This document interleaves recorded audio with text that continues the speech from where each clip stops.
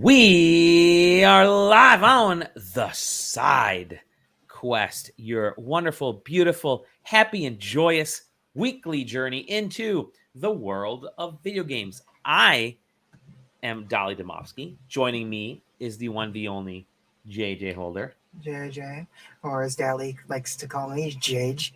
Jage, because it's faster for me to write Jage instead of writing Shift J, Shift period, Shift J, Shift period, space, Shift, so that it doesn't go into caps version, and then write the rest. I just write Jage, and it's a lot easier. Yeah.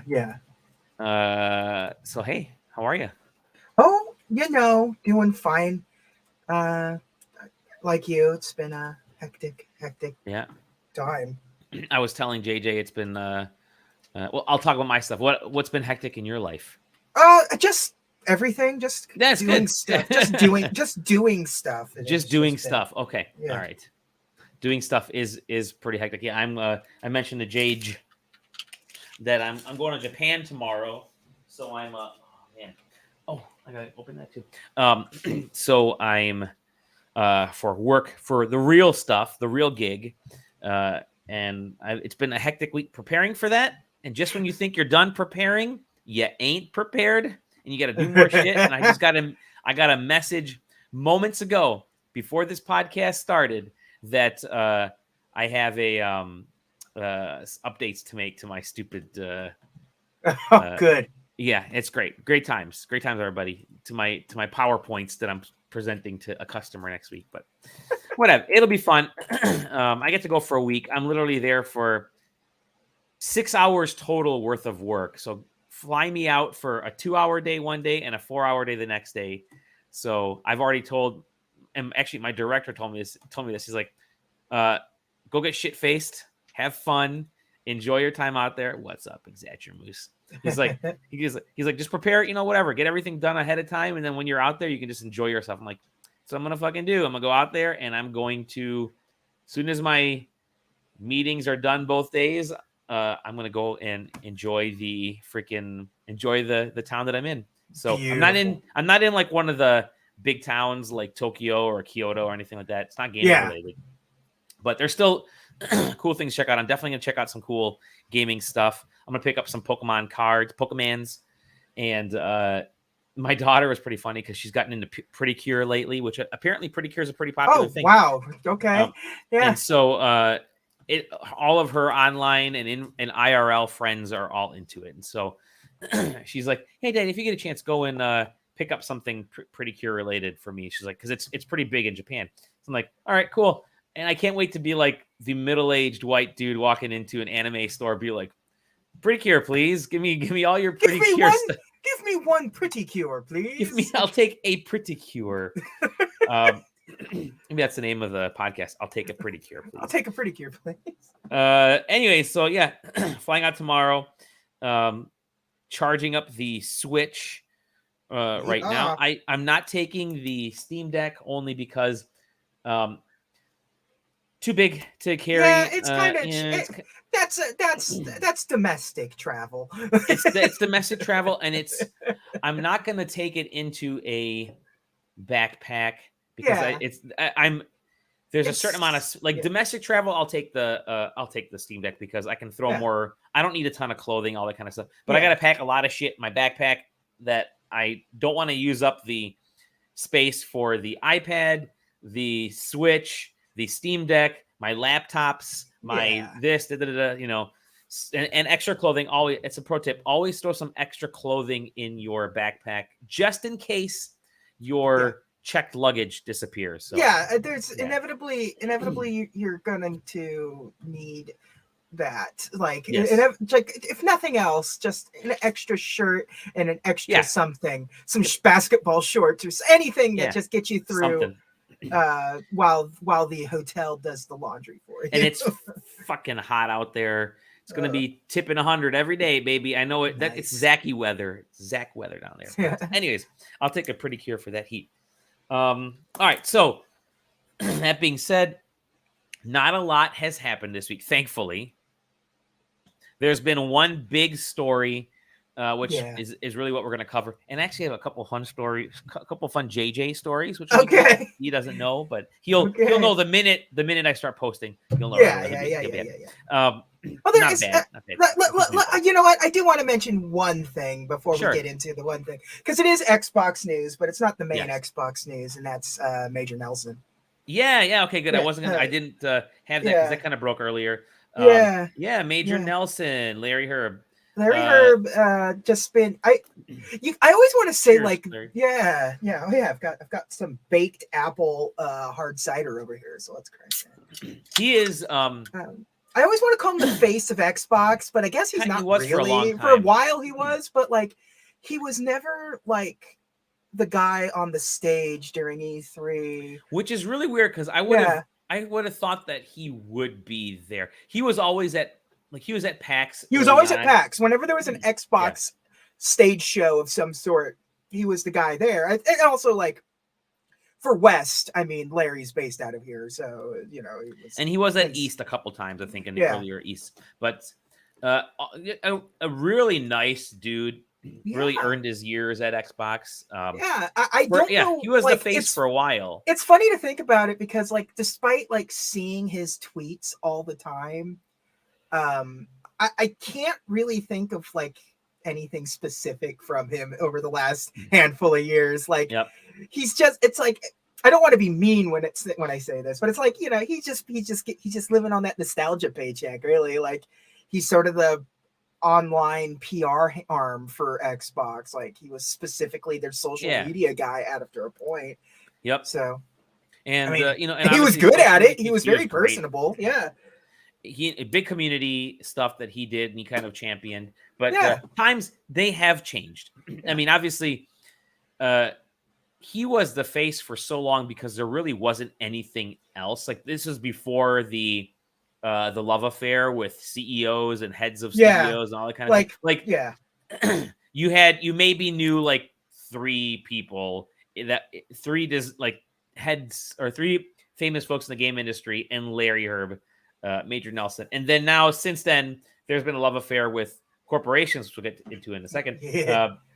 And heads of corporations, it just doesn't fit his role anymore, does it? You weren't going to really trot Jay Allard out there during the like most of the time. It's just been like, it's Phil right now. And Phil's right now. At least Phil is somehow also, Jim Ryan, is it? Who knows?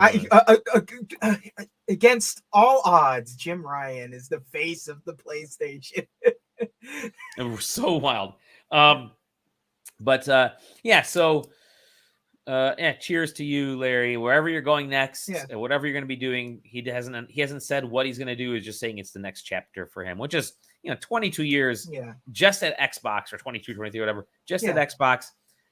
He doesn't even need to get into games. He can just enjoy life. I can see him getting into some sort of like just strictly, you come to him for advice kind of thing, like Reggie was doing for a spell after. No, he's gonna sell tea. Actually, he's gonna sell tea. Literal tea bags. Tea bags. Actually, that's a great name for a company. Literal tea bags.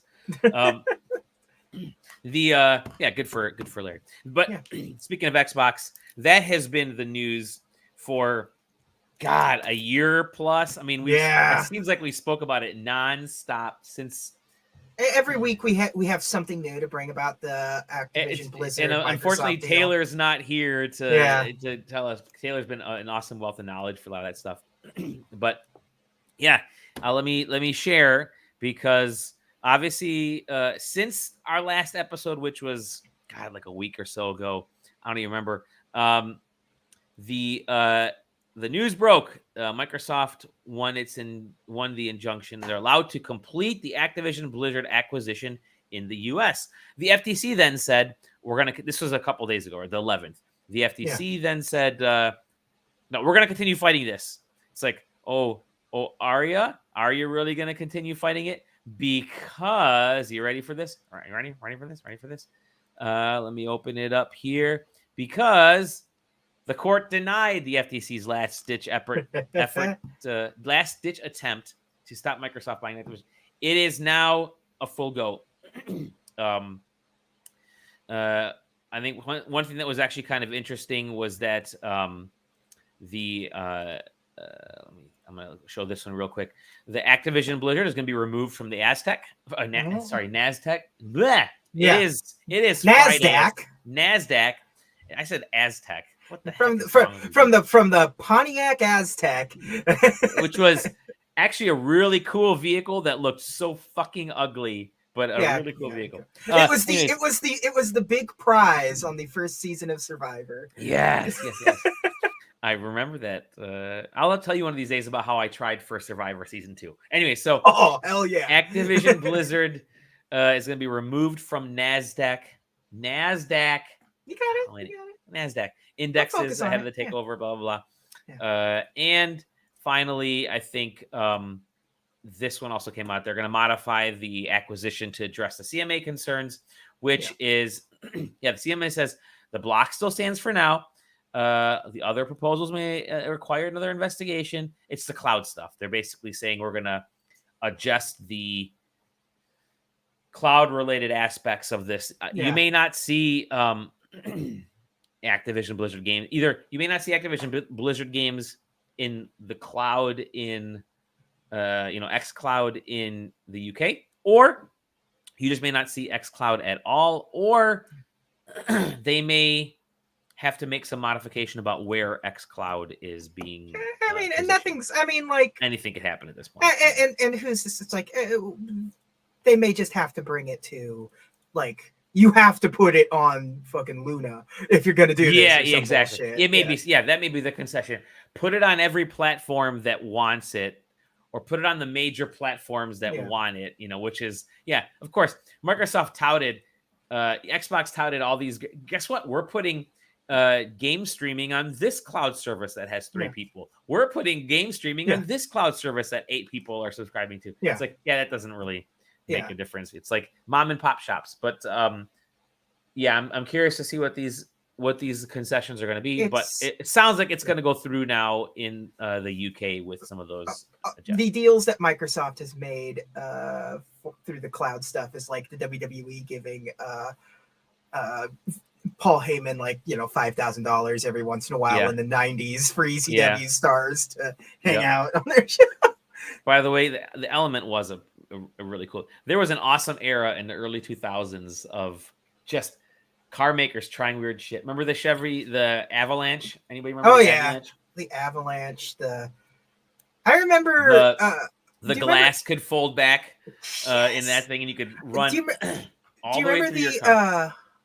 The Envoy had that one that could turn into a truck with the roller on top. Yeah, dude. That was kind of it was like an SUV, but it had one of those roller desk style canopies, so it could just roll down, and now it's a pickup. That was a weird design, and I kind of loved it. The early 2000s, it was funny because the 90s brought that was it. The 90s finally got some development processes. Okay, here's some inside baseball since I did I love design cars. The 80s, the 70s and 80s were shit for cars. Every car was boxy in the 80s because they tried to make stuff easier to manufacture, right? So that's why 90-degree angles are very easy to press out. there were issues all over the place, and they just said, let's make everything 90 degrees. Get a Reliance K car. Yep, legit. And so Pontiac 6000, Dodge Ram, and so that's why everything just looked like crap, in the 80s. Let me rephrase that. Everything looked really boxy and not. It's like, how much can you do with the polygon? Well, that was the 80s, and then the 90s they started saying, well, we got some new processes, new manufacturing methods. So you started getting some swoopy vehicles like the Eagle Talon, which I still think is a badass car. The earlier Dodge Neon. Remember that Dodge Neon? The Dodge Neon, yeah. And so you got to see some more interesting vehicles were kind of popping up here and there. And then 2000 happens, and everyone's like, okay, new millennium. We have all these new processes. Let's go all instead of perfecting the processes to make cars look even cooler. They said, let's kind of just start adding shit on top of cars because people are gonna be able to afford it. And so that's why you had cars like the Aztec had a diaper. If you guys have never ever seen do a Google search for the Aztec diaper, because you could open up the rear hatch and a tent would fold out and it looked like a big ass diaper on the back of the Aztec. And it was completely designed to be hosed out. Yeah, like, dude. Yep. And then Buick had a version of that. Oldsmobile had a version of that, and all those other versions disappeared. By the way, like think about the biggest car of the 2000s with the PT Cruiser, bubble era Ford Taurus. Yeah, the Ford Taurus had these circular bubbles. Yeah, that was a real big change in the 90s. Was the bubble era of the Ford Taurus. You had the PT Cruiser. You had the the Cruisers, the Prowler, the Prowler, man. I will say back then Chrysler and Dodge were awesome because I worked alongside a lot of them. And seeing all these cars in development, I just kept thinking, "Fuck, man, I want that." They had. I liked it when Ford brought back the Thunderbird and did it. Yeah, that weird. They had the retro look with the porthole. Yeah, the hardtop was the option. It's usually the other way around, where it's the convertible that's the option. But in this case, it's true. So I will tell you about the Thunderbird. The Thunderbird was designed by a younger designer, so it was purely more about aesthetics. It was But then you had the Chrysler, the Prowler. You had the what was that? What do you say? The PT Cruiser. Those were also designed by younger folks, but folks who really they were aiming more towards the heritage side of things. Like that PT Cruiser, by the way. You look back now, you're like, fuck. If that car came out today, that would solve a lot of people's problems. In terms of, it was actually had like really good gas. I think good gas mileage at the time. It broke down all the time. Utility, it broke down. But it was a sport utility vehicle without it being a sport utility vehicle. Back, it was like a little mini panel wagon, panel van. But anyways, car talk is over. Then all the boring shit happened in cars again. When the market collapsed, and they said let's scale back all the cool stuff and just make cars. I mean, it is cool to see Chrysler. It is cool to see Chrysler just decide, you know what we're going to do instead? We're just going to make the Challenger more and more impossible to control. We're just going to keep making it more and more powerful until they stop us. Until you try turning the car on and it does a donut in your driveway, or like the fucking red eye out there, or whatever the hell they call that thing. Anyways, thank you for listening to Car Talk. It's been good. It's been canceled, Xbox, but it's back, baby. It's back. Side questing Car Talk. Side swipe.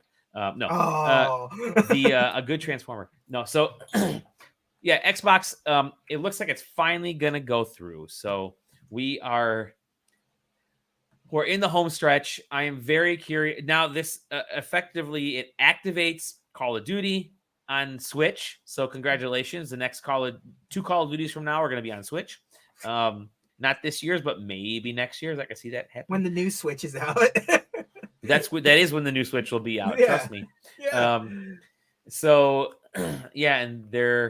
it's funny. They had this cool, or somebody posted this checklist, which was where all the deals that Microsoft had signed. And it's 10-year deal, Nintendo, 10-year deal, this company, 10-year deal, Sony, ? And everything else was check mark, question mark for Sony. It's the one, but it's the mobile. It wasn't even Call of Duty. It was all about the mobile stuff because the mobile market is massive. But Activision wasn't going to divest itself from King. From King, no, that's where the majority of the money comes in. Yeah, I was explaining it to a coworker. I was like, the crazy thing about this is that despite the powerhouse that Call of Duty is, it is a fraction of what the most important part of the AKB ABK portfolio is. Candy Crush is absolutely worth still at the top, dude. It's at the top. I know it's fucking bonkers. It really is. It's and you know what? Good on them because it's at least a good game. It's not for what it is for a phone game that it got better over the years too when they really they started figuring out shit. They monetized the fuck out of it. There's definitely that the whale theory, but I had a relative of mine completed Candy Crush. Nice.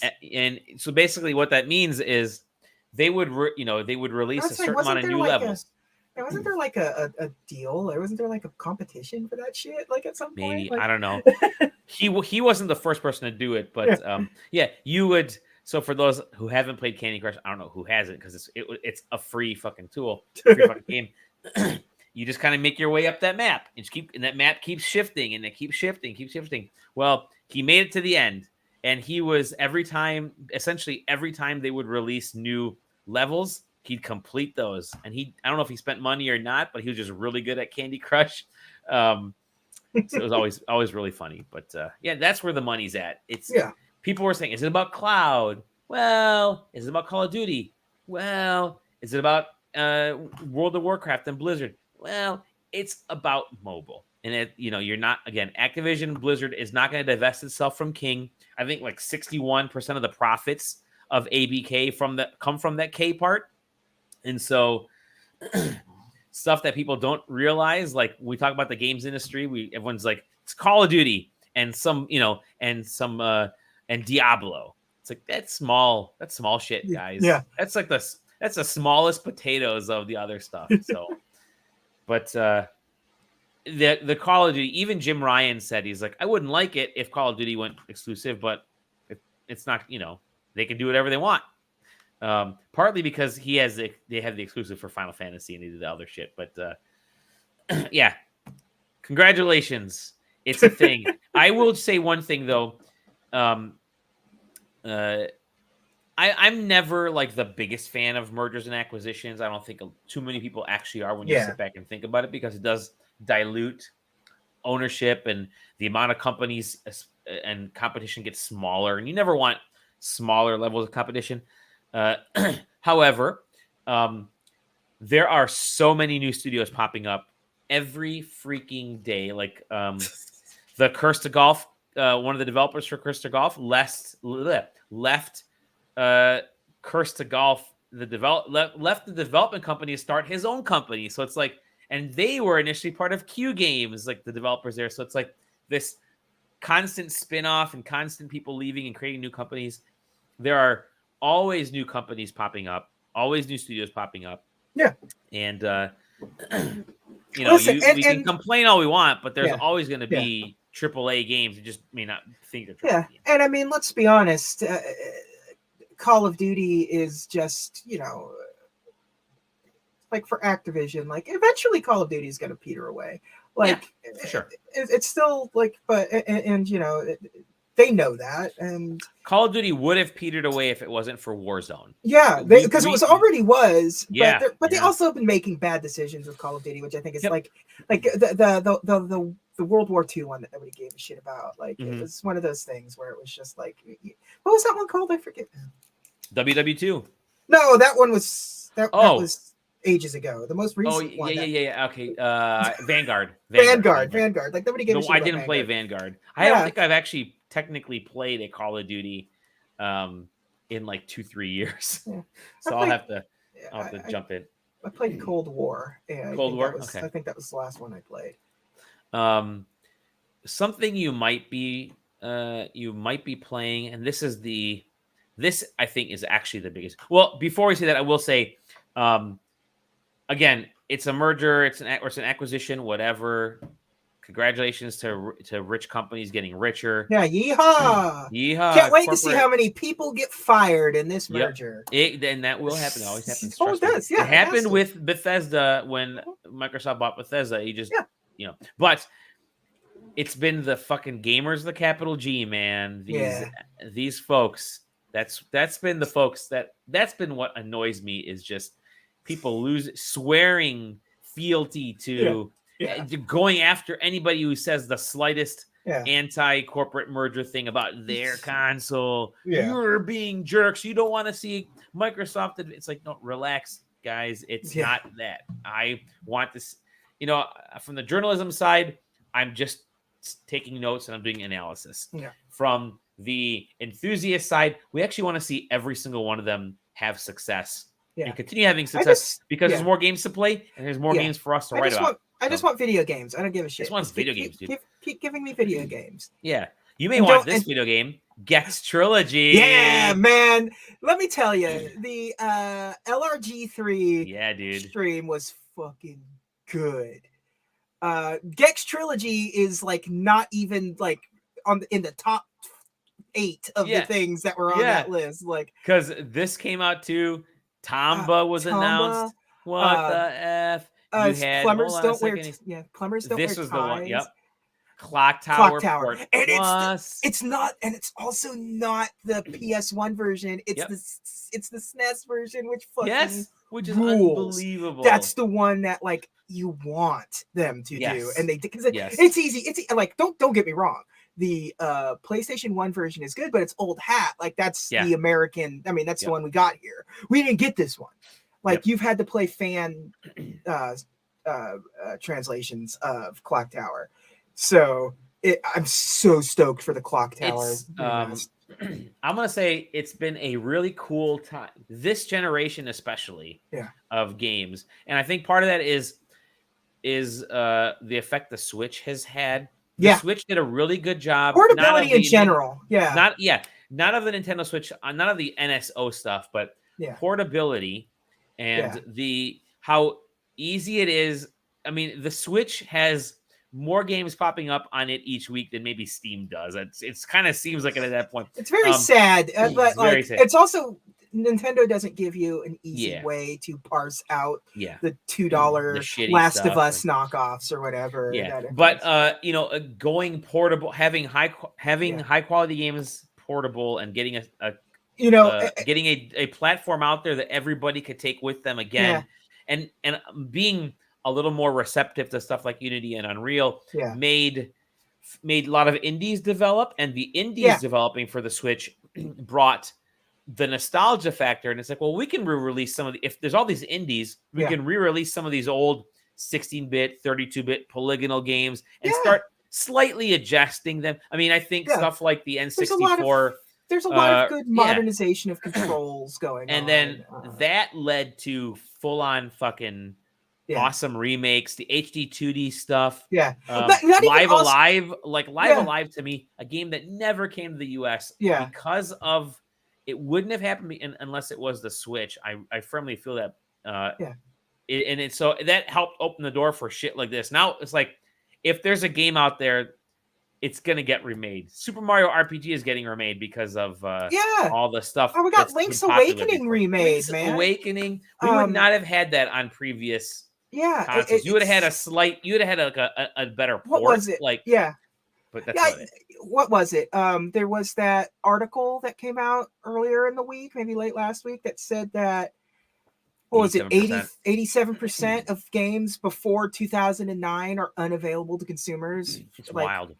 And it's like, you shouldn't have to pirate. That's the point, right? Yep. Like that at the end of the day, like it's insane. Like I understand that at a point there was a lot of licenses and stuff, but that's a very small amount of overall video games. And this is just like Clock Tower coming out is just further like, this is a game that needs to be. Clock Tower was inspirational for so many games that like you've never played or you have played, like for a game that you've never played, this game inspired so much going forward from this game. And Live Alive inspired so much shit that you don't know about, and it's so cool to see them get these types of ports. I'm hoping that this Clock Tower port is more than just the game. But like it says Port Plus or whatever they're calling it, but I think I said it, but the Atari collection from last year has set the bar for like classic games going forward, and I'm definitely going to talk about something in a minute. But I'll load that up, by the way. Go ahead. But like I don't think you can just I think for limited run, it's okay to just put it like as like a collector's edition, kind of like here's a game kind of thing. But like for the actual like digital copy of that game, it needs to be more than just the game, I think. All right, give me a second. I'm gonna load up.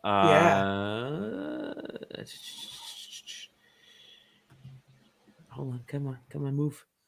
I'm gonna bring up the I'll bring up the Xbox since we've been talking about Xbox. Here we go. Talk about it. Yeah, I don't know how to pronounce this game's name. Karateka. Karateka. That's what I've. It's either Karateka or Karateka. I've always assumed it was Karateka. Digital Eclipse, man. Yeah, dudes. It's the people that did the Atari collection and the Turtles collection and all kinds of other stuff.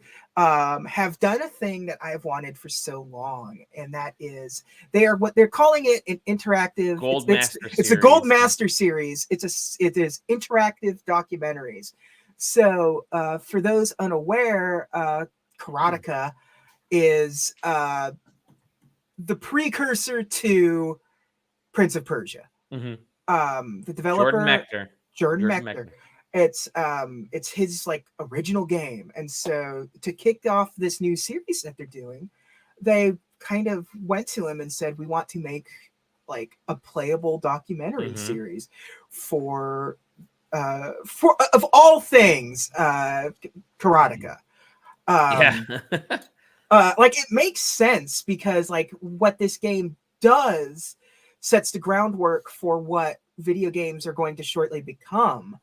Because it's rotoscoping and stuff like Prince of Persia, like its fluid animations would just eventually kind of steamroll into what fighting games would become, and like it's direct inspiration for Mortal Kombat even and things like that. But I love the idea of not only giving you the game, but giving you like all kinds of versions of the game, like different ports and sort of like alphas and betas of the game mixed with documentary footage and archival papers and things. Like it's a brilliant idea, and I would love to see. I can't wait to see like what's like how this package comes on, because that was my favorite thing about the Atari collection was it wasn't just a bunch of games dumped onto a disc with some menus that you can navigate that showed you like the album art for the soundtrack or the NES cartridge or whatever. It actually had like a timeline. It had things you can investigate and watch and Easter eggs and all kinds of stuff. Like it was so brilliantly done. As it really was. And just like it was the perfect sort of like as an enthusiast, as a person that is passionate about retro gaming and gaming preservation as a whole. It was absolutely one of the most brilliant compilations of all time, and to hyper focus that exact thing onto one game is so cool. And there's so many games that could benefit from this. I don't know how well something like this will do overall. Like it's not like this is a popular game, and it's not even like it's a particularly great game. Yeah.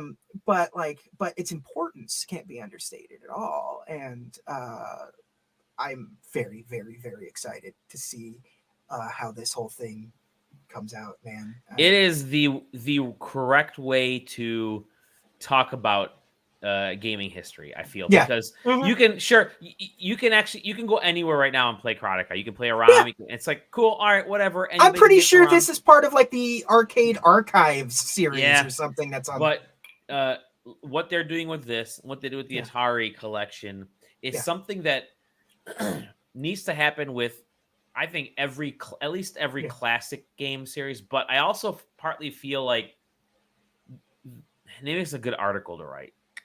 Maybe this is something that I should write while I'm in Japan. There you go. Is every developer that's out there, when you're developing your game, keep tabs on some of this stuff, and at the end, have this making of thing in your game. Like add, whether it's a video, whether it's a light interactive thing, talk about the development process. I mean, like, talk about those if you recall, like throw it in there as a menu item.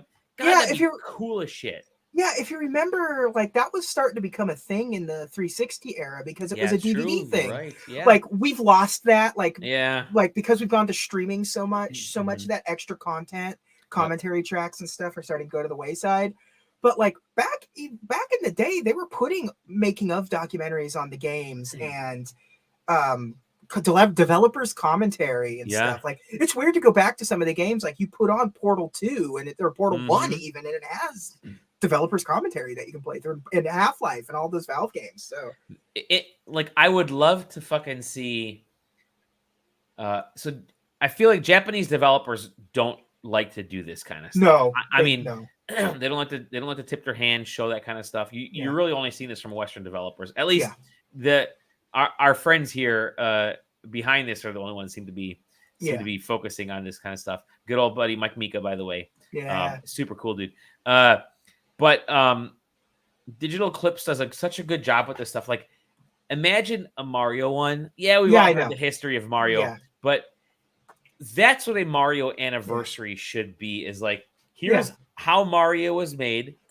Here are some of the early, here's the early playable internal demo of Mario jumping for the first time. Think about how you've never really seen anything from Super Mario Brothers outside of like it almost existing. Like everything like Super Mario Brothers, all you know is the game. Like, we've seen some like sketches because they put that in some of the books of like early Mario stuff, and it's like you would push up for jump and Mario had a gun, and it's like, show me that.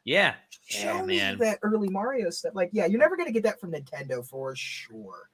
Let me tell you, do that, man. Let me tell you, I would love to have like a full bore documentary on the making of like Tears of the Kingdom. Because I would love to see people would buy that up. I would love to see how they came across some of the ideas that went into just Western games, especially older games, because like the Atari collection really kind of puts into focus, all these guys are mostly still alive. A lot of these guys are still alive. Like, get to them while you can, because sooner or later these guys are reaching their 70s and 80s and stuff. Like, we've talked to Nolan Bushnell enough. Let's talk to the guys that actually worked on the games. They're there, and they have documents. They have in their own files like old copies of these games and stuff. Like, the old Sierra Online games, Sierra Online collection like this would be fucking. Those are the early adventure games that only take like 2-3 hours to complete. Fucking awesome. Space Quest, Police, like those are my dreams. So, anyways, this is like put out an Ultima collection. Oh my with god, all kinds of like Could you imagine? Just Lord British out there just doing his thing, man, and talking about every concept that he had. And like, could you imagine? Here's one that is bonkers, but it would work. SimCity. Like, give me a SimCity collection. SimCity's available everywhere, but it's never the version that you remember. It's always something. Right? It's like Roller Coaster Tycoon. Like, Like, so, I don't need like this weird. But give me a collection of SimCity games and 1, 2, talk and 3 about those. 1, with 2, the and expansions. 3. Give me a version of SimCity that was on PC in color, and then give me the same version that was on the Mac that we used in my computer lab in junior high. Give me the DOS version. Give me the fucking version. This like ZX Spectrum or whatever hell. You could fit all of those. You could fit all of those on like a 16 meg thumb drive. Yeah, because that's what this is. This is just what this is doing, and like there wasn't a lot of content on it. But that Lion King Aladdin set. Like, it gave you every version of those games. They even added DLC to give you more versions of those games and add the Jungle Book to it, which was cool. It's like, you get the Genesis version, you get the SNES version, you get the Game Boy version, you get the Game Gear version. Like, cool. It's cool to see Digital Eclipse. Kudos to them because they've been upping their game. I just recently watched an old video. You can find it. I think it was Modern Vintage Gamer, which I'm sure everyone is familiar with his channel. He did a video going over a port of Mortal Kombat that was for one of those plug and play games that Jack Specific put out in like the mid 2000s, and it was it was developed by Digital Eclipse. Oh, really? Okay. Yeah, and it was impressive. Like, he goes into like it's its own unique port that one guy had to go through and make it. And has there been a collection, by the way, of Mortal Kombat, of those original games with the Game Boy versions, with the Genesis? No, it's always just the arcade versions. That's all. That's a killer collection, man. Like sometimes you'll get like a Genesis compilation or like one of those like shitty plug and plays that your grandma bought at like CVS, and that has like the Genesis version on it or something. Like the stuff I was gonna say the stuff that Digital Eclipse does is what I really want to happen. Like I have the Street Fighter collection, I have the Castlevania collection, I have like both of them. It's like cool. It's just the games with some artwork. With a slideshow. Yeah. With a slideshow. That's fine. That works. But the Digital Eclipse takes it to this whole other level where it's like they interview people, they talk, and it's almost like they're educational, they're historical. Well, and that's why they're naming it the way they are, because they want to make it very real that this is not Goldmaster is so awesome. Yeah, it's like interactive. No. This isn't a collection. Yeah, this is a real. This is the history of this game. And you can't put out a book can only do so much, because you can get the Prince of Persia Diaries. It's a fantastic book, and it's his journal while developing the original Prince of Persia. It's fantastic, but like without the physical game part of it kind of loses some of the stuff. Like I really feel like what might happen down the line is they're gonna put out a bunch of these, but I could see them working to do. I could see like the Tetris film came out on Apple TV. I was just thinking that like a Tetris one with some interesting. Cool. I don't know how the deals would work for the Tetris stuff because they're always so weird. Like remember when like but I was gonna say. I could see their work. They're gonna put together one for, we're talking about Karateka right now. Yeah. They're gonna do one for whatever is next, and that's someone's gonna come along and say, "I want to make a feature film based on the story behind this Atari collection or whatever." Then the history of Populous or something. The history of Populous. It's like, oh my god, I didn't realize it was that much more. Yeah. But no, it's awesome.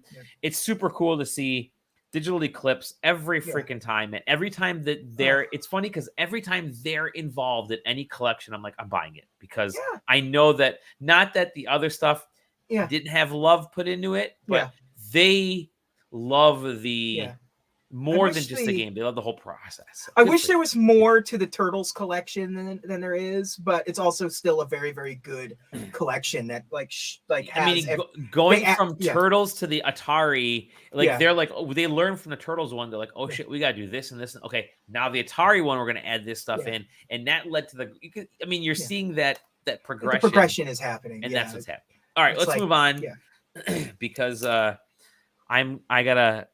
gotta go to bed at some point. I actually gotta pack. You gotta which wait until the last minute. Pack and finish with some PowerPoints. But talk a little bit about what we've been playing. Do you want to go first, or do you want me to kind of cover real quick? You know what? Yeah, I'm going to share my screen, my thing here. Speaking of single game, I don't know how to do it. Single game historical package. Let's see. Window. Share this guy. That should work. Oh god, this game does not like to be in window mode, which is absurd. There it is. There we go. Let's put it to scale. Okay, so it's gimmick. So if you what is gimmick? That is a you see if you go to the extras setting here, gimmick is a Japanese Famicom game. Okay. It also did come out at one point. Let's see. So here is the Famicom cartridge, and here is the NES cartridge. Now, you may be saying to yourself, "I have never seen this game before in my life." How come I've never heard of? It's called Mr. Gimmick on the NES. It's because despite coming out on the NES, this version of the game was only released in Scandinavia. Okay, wow. So nice. So it's a Japanese game and it's a Scandinavian game. Okay. So and it's a late era NES game. It is or Famicom, I guess, in this instance. It's what year did this come out? My phone's not working. 92. So yeah, Okay. end All right. of the era. End of the era there. So like I was saying earlier, that this stuff is literally all you get. Like you can flip through the Japanese manual. And here's the American or the Scandinavian manual. Very cute art in the Scandinavian manual. Oh, even though the box art is, let's see, I think it's this one. Yeah, it's hot garbage. This box art, like this sucks. It doesn't really give that. Does like Gimmick doesn't look like this. So it's let's go back. So this game is absolutely I would consider it one of the first like speed running games. It's sort of designed that way. I'm going to start a new game here so you see there's a ranking section here. Yeah. It's because that's how if you go to it, you'll see that people like the total time it took to play these games and stuff. Like see speed run mode. There's a speed run mode in this. It knows what it is. It is a Twitch platform. I don't mean Twitch the Twitch style. Yeah. Twitch style platform. So it's a Sunsoft game, obviously. Yep. Gimmick is frustrating because I want to like this game. It is an interesting little title. But let's start. I'm not going to continue. All right, so let's see. Looks like a platformer. Looks like a platformer. You got jump, and you got that. Shoot the star shooty, the star vomit thing. But like, it's hard to like. I really don't know what half these things do most of the time. Like, I get these. Like, I'm not reading the man. Oh, God damn it! Whoa. Okay, and you got a good rewind on you. Okay, there's rewind at least. They added that. Okay. Yeah. But you'll see that your attack doesn't like it takes time to charge. Like if you push it, nothing happens, and like it's got to fully charge, and then you can launch it. I'm trying to get this fucking bottle. There we go. That was health. And the start does bounce, so you can. Yeah. Boy, this game looks so easy. Yeah, boy, howdy! It only can't even get past the first level. Oh, nice. Okay. Wait, do the stars hurt you? Yeah, they can actually rebound. And, oh no. Yeah. So there's momentum that. Hold on, I gotta say, I love your sound effects way better than not hearing. I don't hear the game. I prefer your sound effects. Okay, so I'm not good at this kind of shit in the slightest. Obviously. So you could see like this guy's trying to kill me, trying to like make it's like old like there we go, and now I gotta. I hate this. Okay, so you can see how hard it would be to get through this since the can you push that cannonball thing or no? Nope. Oh wait. Yes, you can. Come on. Wow. Okay. Look at that. I helped you out. That was easy, man. This game looks so easy. Oh yeah, it's a breeze, man. Oh yeah, what do you think's gonna happen here? Oh no. It is 100%. I want to be the guy. It is completely designed. Could you imagine playing this game in the 80s? I would have absolutely. Okay. I would have because the rewind wasn't in there. Yeah, I absolutely would have never have beaten this game. Nobody would have. This is like one of those Mario Maker levels. That, yeah. And like it's like oh fuck. There. What do you? There we go. Okay. So you have to get that. Okay. Now, I just needed health. That was a health. Oh, okay. Got it. So we're watching JJ play Gimmick, and it definitely and I is want a to point gimmick. out, like, if you go to, I'm playing it on an 8-bit DOE controller. Okay. Because it is probably the closest I could get to an NES style D-pad without using a USB NES controller, which I could do but don't want to do. This thing is solid as hell. I'm assuming there's got to be some sort of way up here, but I am not good enough to. And I don't know. Like you can see, there's like, not that. There's like a selection, like where I can select things, but I don't know what I'm doing or how to. Like, what am I? Why is it just? It still creates a star. I kind of figured it was going to be like. I can't. Look because they have little electrical. Get gone. That's this guy's not going to come out. He's going to try to drop shit on me. There we go. Oh fuck! I hate this game so much. This is only the first level. Oh my gosh. And this is your goal in any game should be to ease people into the game to learn the processes, not to immediately try to murder them. Okay, I forget there's a thing to this game. Yeah. Okay. Is there a thing? I mean, is there a gimmick to this game? Yeah, go figure. Oh, come on. What is this a mini boss or is it just this is the stage boss. Okay.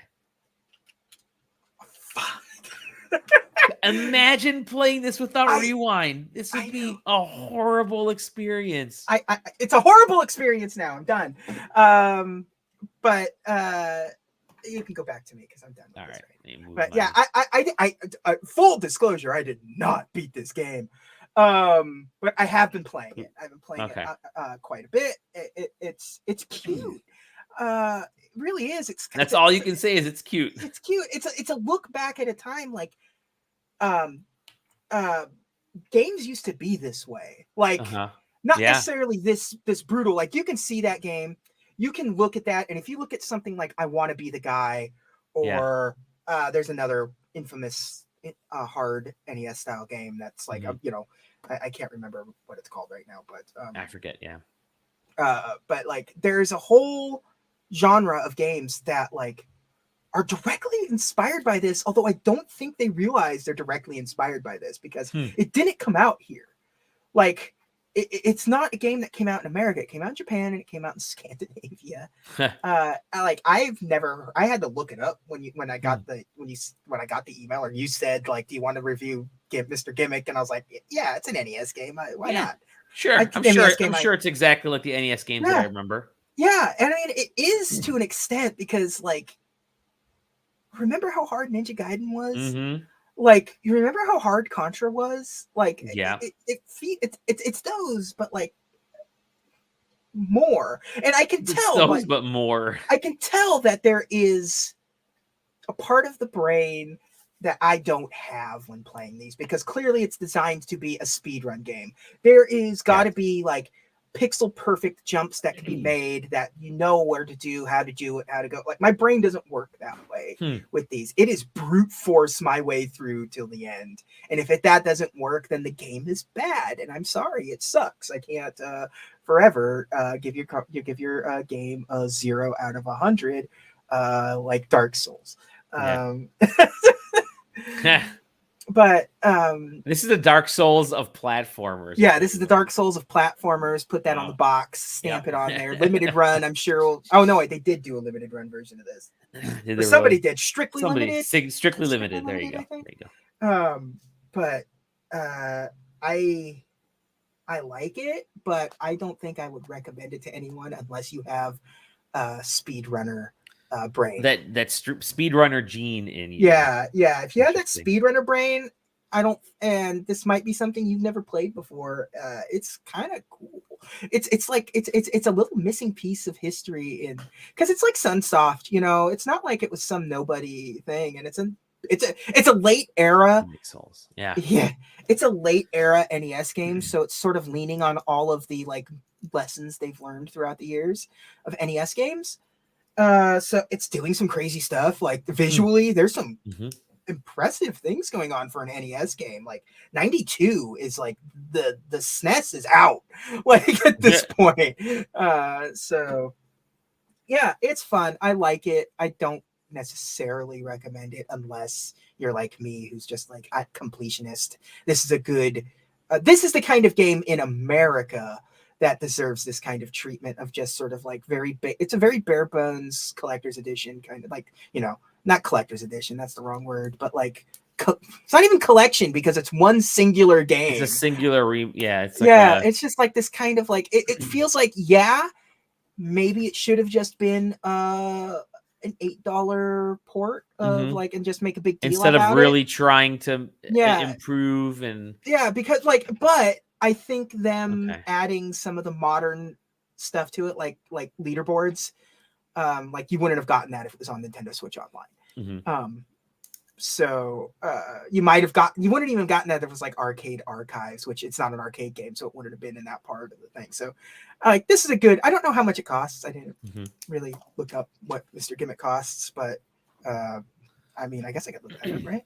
It looks like the kind of game that you're speed running, you're gonna make it through, you're going to first several hundred playthroughs, you're gonna be wearing through that rewind feature, but then you're gonna get to a point where you could do it blindfolded. You can remember where the I was on the spot here, so I don't work well. Use that as an excuse. I don't work well under pressure, but like I was getting better. You should have seen me when I first started playing this game, and like that first little platforming section, I had no idea how to get past it. I was lost. Like I was considerably faster during this particular thing. I got to the boss in record time for myself here. So like Gimmick. I said, Gimmick. It's a streamer game. I feel like this will be a fun game to watch somebody who's good at games play. Nice. Yeah. Well, I have been not having enough time to do anything this week. As I mentioned, whenever I do have a chance, I played the Tetris 99, whatever that was, the Pikmin Tetris 99 stuff that was earlier in the weekend, which is cool. And then I think you can go back and get them eventually, right? Yeah, they do. Just open up the tickets, whatever, online. Yeah. Try the Tetris 99, still so fucking fantastic. It's so good. It's my favorite Tetris game now. I think I haven't tried. I might own Tetris Effect, but I haven't tried it. But it's Tetris which I heard Effect, is great too. Tetris Effect plays really well on the Steam Deck.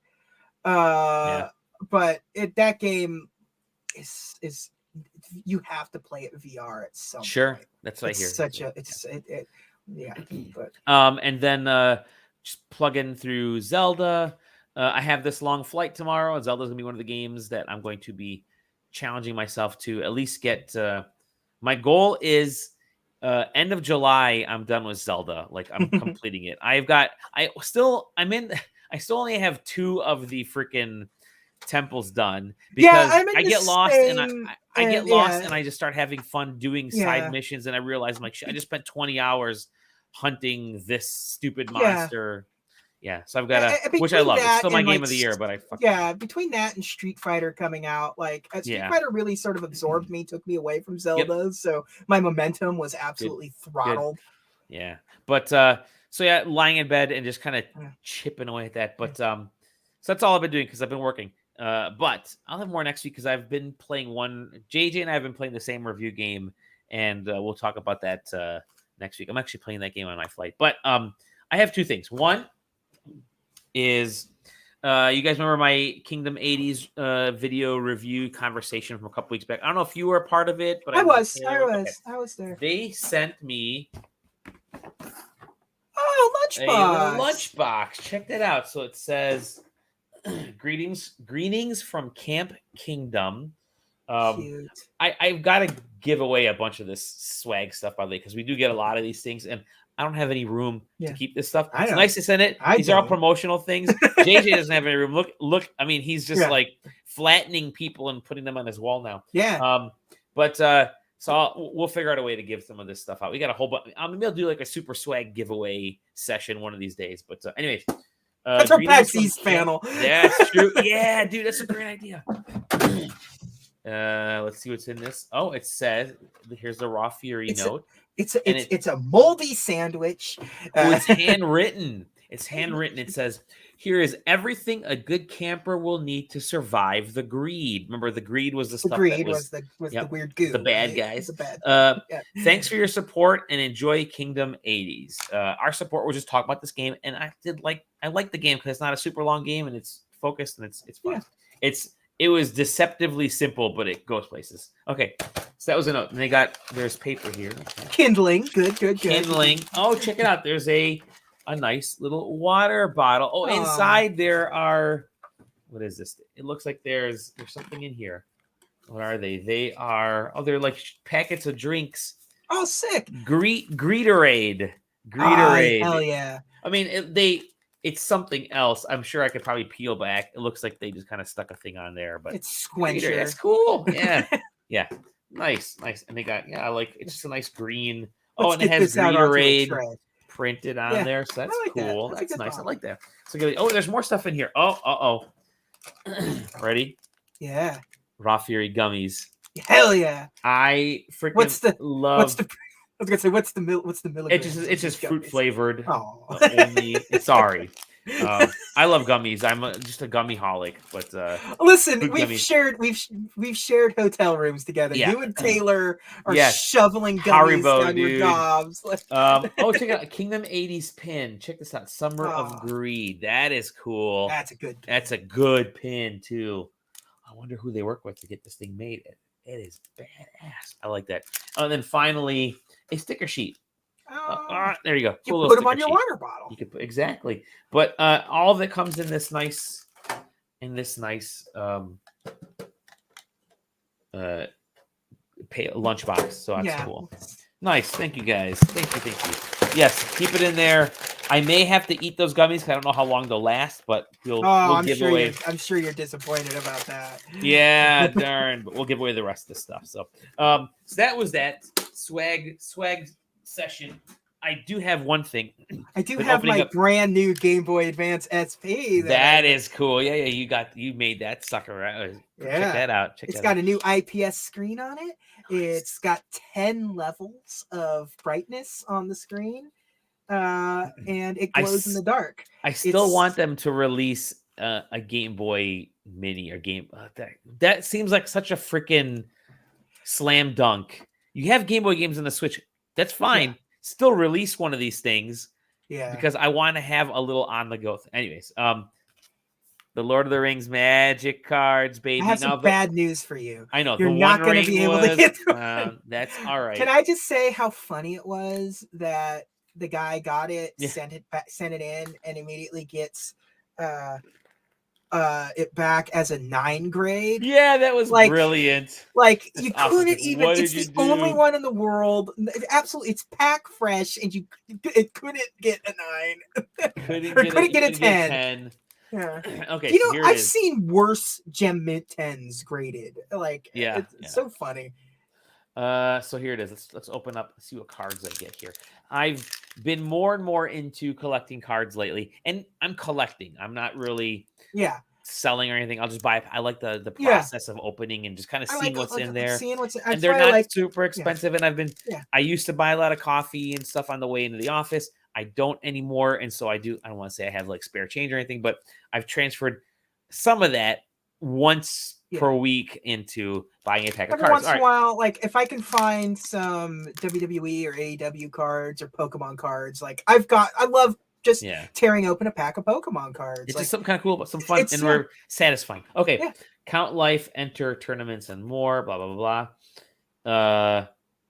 Well, that's weird. This is it's count life, enter tournaments and more, treasure, token, artifact, treasure. Sacrifice this artifact, add 1 mana of any color.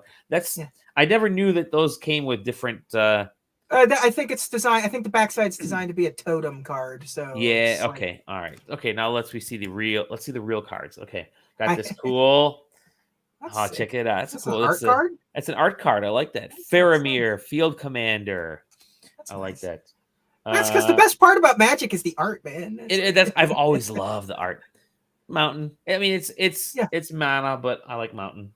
Basic land, baby. It's like Pokemon has foil energies that I absolutely love. They're worth nothing, but I don't care. They look beautiful.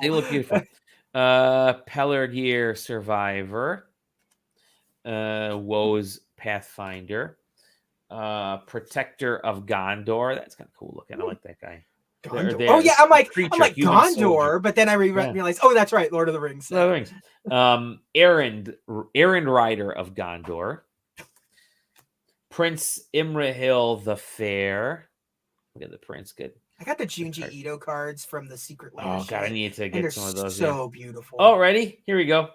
Strider. You guys heard Strider? Oh, yeah, he's the guy. He's the ninja guy from the Genesis. I don't know if you guys. Yeah. Yoan, Lady of Rohan, or Rohan, whatever. Reprieve. Ooh, this card's kind of neat. The Grey Havens. I like what they did with the border of this guy. Check that out. The Grey Havens. Forge Anew. And then finally, Andoril, Flame of the West. Foily. So I got a couple little foil cards in there. Nice. I like collecting cards. I like looking at them. I used to play Magic like crazy way back in the day. I don't at all anymore. I got no one to play with, but yeah, I'm now the artist in me likes to collect this stuff. Yeah, and they make it. It's like that Yu-Gi-Oh game or whatever, where it's just like, I just wish there was I wish they would do single player stuff like this so I could relearn stuff on my own without having to I do better learning with my hands-on stuff. So that's what was good about the Game Boy Color Pokemon trading card game. It was just a single player game that taught you the entirety of Pokemon and played like a normal.